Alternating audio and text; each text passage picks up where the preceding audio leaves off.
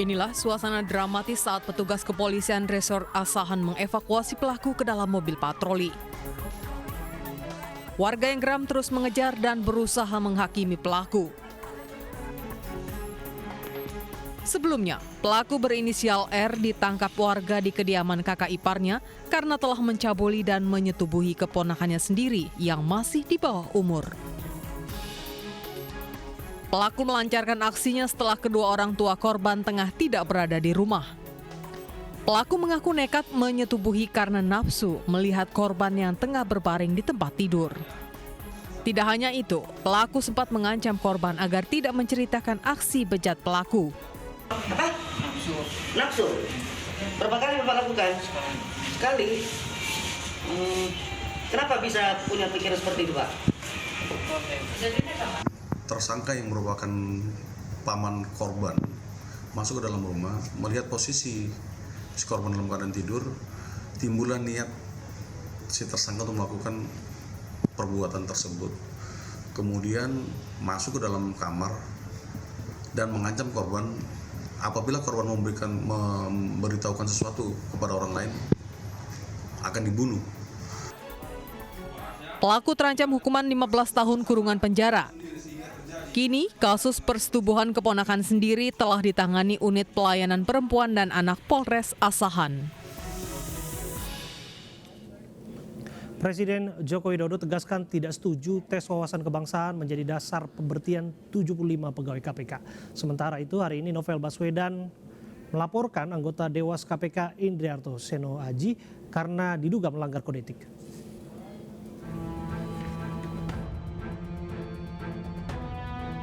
Presiden Joko Widodo akhirnya angkat bicara terkait 75 pegawai KPK yang diberhentikan. Presiden Jokowi menegaskan tes wawasan kebangsaan bukanlah dasar pemberhentian pegawai KPK. Pengalian status pegawai KPK menjadi aparatur sipil negara (ASN) harus menjadi bagian dari upaya untuk pemberantasan korupsi yang lebih sistematis.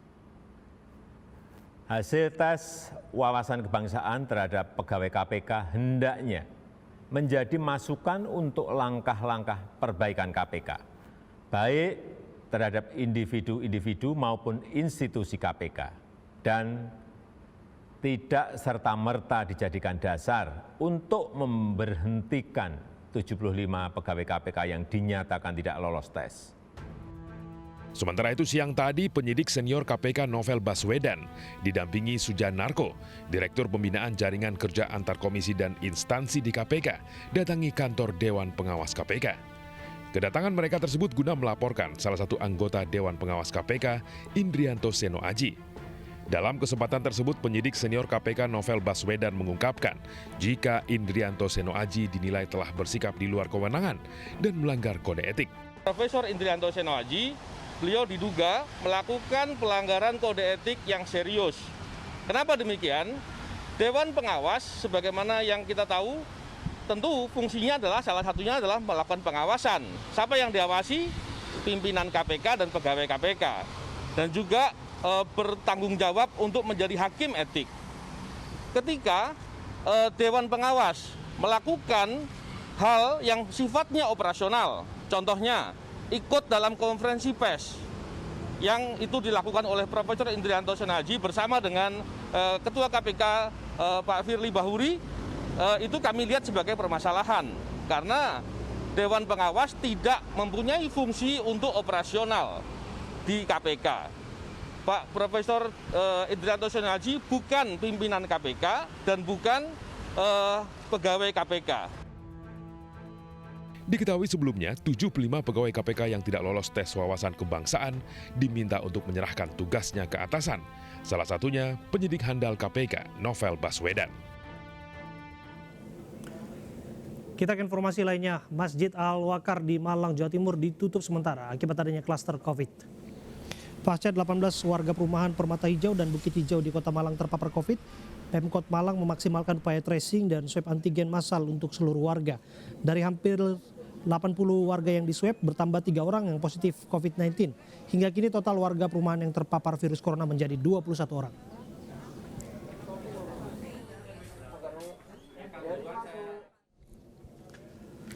Setelah sempat kontroversi karena diduga mengandung babi, pemerintah menyetop sementara penggunaan vaksin AstraZeneca. Apa yang menyebabkan pemerintah menyetop sementara vaksin ini? Lantas bagaimana nasib warga yang telah terlanjur mendapatkan vaksin AstraZeneca? Sudah hadir bersama kami anggota Komisi 9 DPR RI, Saleh Daulay, dan juga Prof. Hindra Irawan Satari, Ketua Komnas KIPI. Assalamualaikum, selamat malam Bapak-Bapak. Waalaikumsalam warahmatullahi wabarakatuh, Abraham. Ya, saya ke Prof. Hindrawan terlebih dahulu. Prof, rekomendasi penghentian vaksin AstraZeneca kode produksi CTMAV 547 itu berasal dari Komnas KIPI, dari tempat Anda. Betulkah ini dilatar belakangi ada 2 kasus kematian setelah disuntik vaksin yang dimaksud? Kami mengeluarkan rekomendasi itu sesuai pedoman WHO. Jadi pedoman WHO apabila ada KIPI serius dengan batch yang sama, maka harus dilakukan uji sterilitas dan toksisitas. Jadi bukan ini karena vaksin COVID, vaksin apapun. Dan dari tahun 1998 ya kalau ada yang menunjukkan adanya KIPI serius dan pada batch yang sama, maka batch tersebut diuji sterilitas dan toksisitasnya. Bukan berarti itu belum pernah diuji sterilitas dan toksisitasnya, karena setiap vaksin yang masuk ke tanah air oleh Badan POM akan diambil sampel, diuji sterilitas toksisitas baru diedarkan. Oke. Anda sudah singgung tadi.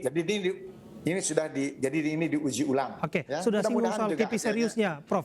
Berapa total kasus yang dicatat oleh Komnas KIPI soal laporannya, Prof? Yang serius mungkin ada sekitar 200-an, namun semuanya alhamdulillah tertangani, sehat, sembuh, dapat melakukan kegiatan, ada tanpa pengobatan, ada dengan pengobatan, semuanya bagus.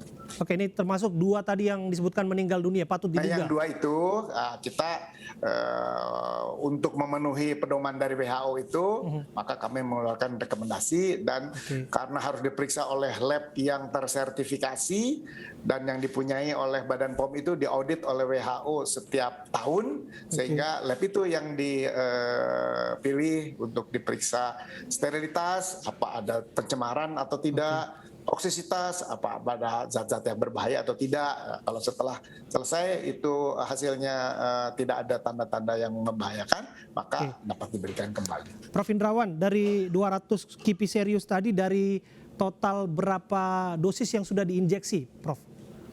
Saya jutaan dosis, saya pikir ya, saya kan sebetulnya kan Komnas KIPI itu hanya mengaudit causality assessment ya, yang detailnya tentang jumlah vaksin ya didistribusikan kemana itu program, itu Kemkes. Kami kan cuma komite independen ya.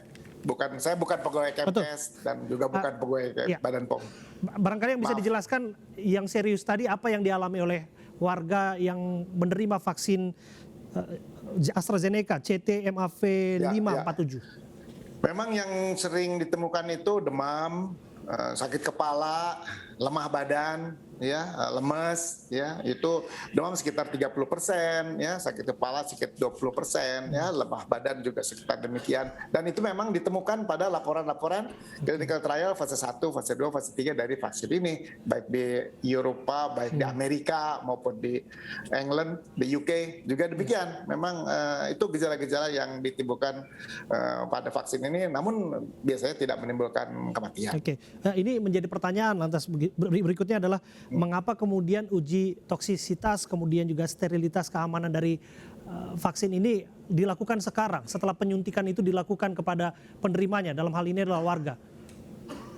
Ya karena ada KIPI tadi.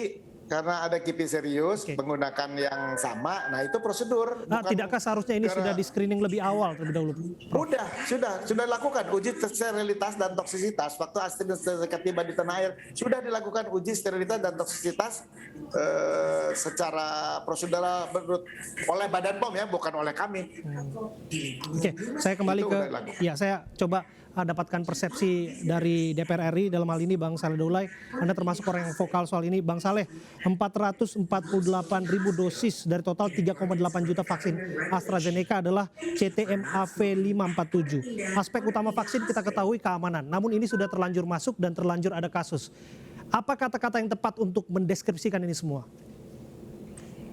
Saya dari awal sebetulnya ketika vaksin AstraZeneca masuk ke Indonesia itu dari awal sudah menyampaikan untuk kita ini lebih berhati-hati karena di Eropa pada waktu itu ya, pada waktu vaksin ini masuk ke Indonesia, di Eropa itu sudah mulai muncul banyak negara yang katakanlah meragukan dan juga bahkan ada yang menyetop penggunaan vaksin AstraZeneca itu.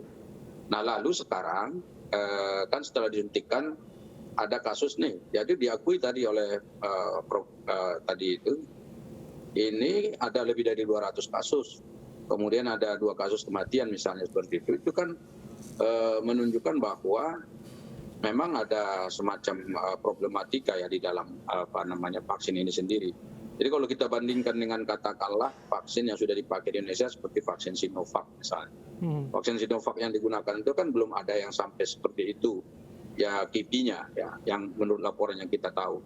Nah karena itulah maka tentu saya ya beriringan dengan kasus dan kipi yang sudah ada ini, saya merekomendasikan untuk menyetop dulu sementara seluruh vaksinasi yang menggunakan vaksin AstraZeneca. Seluruhnya, Alasan saya, bukan batch yang tertentu tadi yang dimaksud tadi, tapi seluruh vaksin AstraZeneca-nya.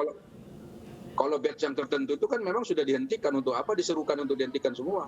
Oke. Kan itu sudah dihentikan, kan sudah disebut oleh pemerintah untuk dihentikan kan. Nah yang saya sebut itu selain itu juga yang lainnya juga harus dihentikan. Kenapa? Kan pemerintah mengatakan, ingat ya, bahwa penghentian itu justru didasarkan pada prinsip kehati-hatian. Kalau memang berdasarkan prinsip kehati-hatian berarti vaksin AstraZeneca dengan seluruh batch yang lainnya itu juga harus dihentikan karena berdasarkan prinsip kehati-hatian itu. Sampai akhirnya nanti pemerintah dengan otoritas yang memang betul-betul menangani ini termasuk Badan POM dan juga tentu Komnas KIPI misalnya ikut di dalamnya memastikan bahwa seluruh vaksin AstraZeneca itu aman untuk dipergunakan. Selain aman, perlu diingat harus bermanfaat. Selain bermanfaat, tentu efikasinya juga betul-betul memang terukur dan bisa memang bermanfaat ketika disuntikan kepada masyarakat kita. Nah, sekarang kan begini, tadi ada persoalan soal uji toksisitas, apa itu tadi namanya ya? Uji keracunan dan keamanan dari vaksin yang dimaksud. Keamanan. Katanya ini sudah dilakukan pengujian sebelum masuk ke Indonesia. Nah saya kira itu hal yang baik ya, yang sudah dilakukan. Tetapi perlu diingat itu kan juga pengujiannya itu akan berdasarkan sampling ya, berdasarkan data-data yang diacak ya untuk diambil lalu ya. Kemudian yang kedua, kalau memang sudah dilakukan pengujian pada waktu itu, nah sekarang kan diuji lagi, walaupun katanya karena ada kipi yang menyebabkan dilakukan pengujian lagi. Nah karena itu misalnya saya tetap akan mempertanyakan akurasi dari pengujian yang dilakukan ketika misalnya vaksin masuk. Saya ke Prof. Indrawan. Begini, kenapa sedikit? Saya mau nambahkan bahwa dosis yang diberikan yang saya ingat ya, di Eropa Union itu diberikan lebih dari 30 juta dosis. AstraZeneca itu telah diberikan 30 juta dosis. Terus di India itu 150 juta dosis AstraZeneca. Di Amerika saya agak kurang. Tapi pada faktanya ada beberapa negara yang memberhentikannya, termasuk Prancis, Belanda dan lain sebagainya. Kebijakan UK beda. Persoalannya bukan di situ, Prof. Kalau soal penghentian dari negara-negara kan bisa saja politis, pertimbangan negara yang dimaksud. Tapi yang ingin saya tanyakan adalah soal begini. Jika kemudian varian CTMAV547 AstraZeneca ini dianggap atau patut diduga bukan varian atau apa ini kode produksi batch ya batch yang ini dianggap dalam tanda kutip masih dalam proses untuk diuji lagi, apa jaminan bahwa bagian lain dari vaksin AstraZeneca keseluruhan itu aman bagi warga yang akan menerima? Saya kira Badan POM juga melakukan acak uji tersebut vaksin itu. Untuk diketahui vaksin tersebut kan dari COVAX Facility ya, diberikan dari negara-negara yang membantu negara-negara yang memerlukan sehingga diberikan vaksin tersebut. Artinya dari COVAX Facility yang dimaksud adalah bagian dari WHO itu sudah menjadi jaminan, termasuk sudah BPOM itu sudah menjadi jaminan dilanjutkan saja target vaksinasi nasional kita. Mereka dapat ditanyakan secara langsung ya ke Badan POM ya. Bagaimana mereka melakukan uji tersebut dan apa-apa langkah-langkah yang dilakukan terhadap yang bukan batch yang disebutkan tadi. Ya. Prof. Indrawan, soal bahwa akurasi dari hasil penelitian tadi yang dipertanyakan oleh Bang Saleh, bagaimana Anda menanggapinya? akurasi penelitian. Iya, akurasi uji Maksudnya, toksisitas dan juga sterilitas jadi keamanan. Ya, saya tadi ulangi bahwa lab Badan POM itu diakreditasi oleh WHO setiap tahun. Oke. Setiap tahun. Ya, jadi kalau mau nanya gimana hasil audit, ya ditanyakan ke yang melakukan audit tentunya. Oke. Ya. Oke. Apa ya catatan Anda, Bang Saleh? Pak Bram. Jadi begini ya, kalau kita mau ngikutin apa yang disebutkan WHO itu sendiri sebetulnya kan sudah pernah melakukan pengujian lagi nih terhadap vaksin AstraZeneca. Lalu mereka berkesimpulan, ingat di kesimpulannya, saya baca di media internasional, kesimpulan mereka begini, bahwa vaksin AstraZeneca ini bermanfaat dan manfaatnya lebih besar daripada risikonya. Kurang lebih begitu. Jadi manfaatnya lebih besar daripada risikonya. Artinya WHO pada saat yang sama juga mengakui bahwa ada risiko. Nah, saya tadi mengusulkan untuk menyetop dulu vaksin AstraZeneca itu untuk menghindari risiko Bang itu. Saleh, mohon maaf saya potong. WHO juga yang mengeluarkan izin edar dari AstraZeneca kan, sehingga pada akhirnya digunakan oleh masing-masing negara, termasuk negara kita juga kan, termasuk BPOM juga sudah mengeluarkan izin edar darurat. WHO. Mereka mendaftarkan ya di listnya WHO ini. Dan kutipan dari hasil penelitian mereka seperti itu, bahwa vaksin AstraZeneca itu manfaatnya lebih besar daripada risikonya. Saya prinsipnya adalah saya menginginkan agar risiko itu memang betul-betul dihindari sedapat mungkin. Dan perlu diingat bahwa tujuan daripada dilaksanakannya imunisasi dan vaksinasi adalah untuk melindungi masyarakat kita dari penyebaran virus COVID-19. Nah, karena itu risiko-risiko yang memang mengiringi itu semestinya memang sejauh mungkin kita hindari. Nah, kalau misalnya sekarang ada pengujian ulang terhadap vaksin AstraZeneca yang masuk ke Indonesia dengan batch tertentu tadi, ya mestinya itu juga batch-batch yang lain itu juga harus dilakukan pengujian. Mengapa? Karena ini sama kan, sama-sama masuk ke Indonesia. Jika misalnya batch tertentu itu saja yang katakan diuji, maka pada saat ini kita melihat ada ketidakadilan di dalam rangka proses pengujian. Kenapa disebut dengan tidak adil? Karena hanya satu batch yang dilakukan pengujian, batch-batch yang lain yang kita tidak paham, masyarakat ini semua nggak paham, itu tidak dilakukan pengujian. Prinsipnya kami di DPR itu menginginkan agar semua vaksin yang disuntikan kepada masyarakat itu aman, bermanfaat, dan juga memiliki efikasi yang cukup tinggi sehingga kita terlindungi. Jika itu tidak didapatkan, ya tentu masyarakat akan khawatir. Jangan sampai ketika mereka nanti mau disuntik, lalu misalnya yang akan disuntikkan kepada mereka AstraZeneca, begitu sudah mau masuk disuntik saja mereka sudah khawatir dan merasa was-was. Nah, ini singkat saja soal tingkat kepercayaan publik mengembalikan ini semua, Prof. Hindrawan, apa yang Anda ingin sampaikan dari Komnas KIPI? Ya, jadi setiap tindakan medik pasti mempunyai risiko medik. Betul. Ya, kita mau dibedah, kita mau minta izin, kita mau dianestesi, dibius, harus ada izin karena ada risiko. Kita minum antibiotik memang ada risiko untuk alergi, ya. Memang demikian, ya. Jadi yang penting kalau ada gejala setelah divaksinasi cepat berobat.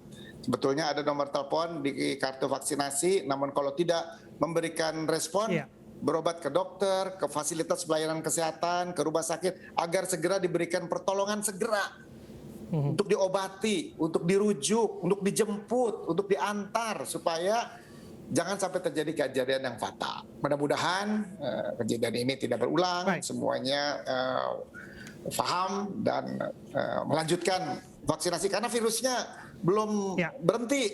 Kita menghentikan, virusnya nggak berhenti. Kemarin yang meninggal akibat COVID 126 orang. Ya, artinya kemarin, saya nggak tahu hari ini. Artinya target vaksinasi nasional tetap dijalankan dan kemudian herd immunity itu bisa terbentuk. Terima kasih ya Prof. Hindrawan Satari, Ketua Komnas KIPI, dan juga Bang Saleh Daulay dari Komisi 9 DPR.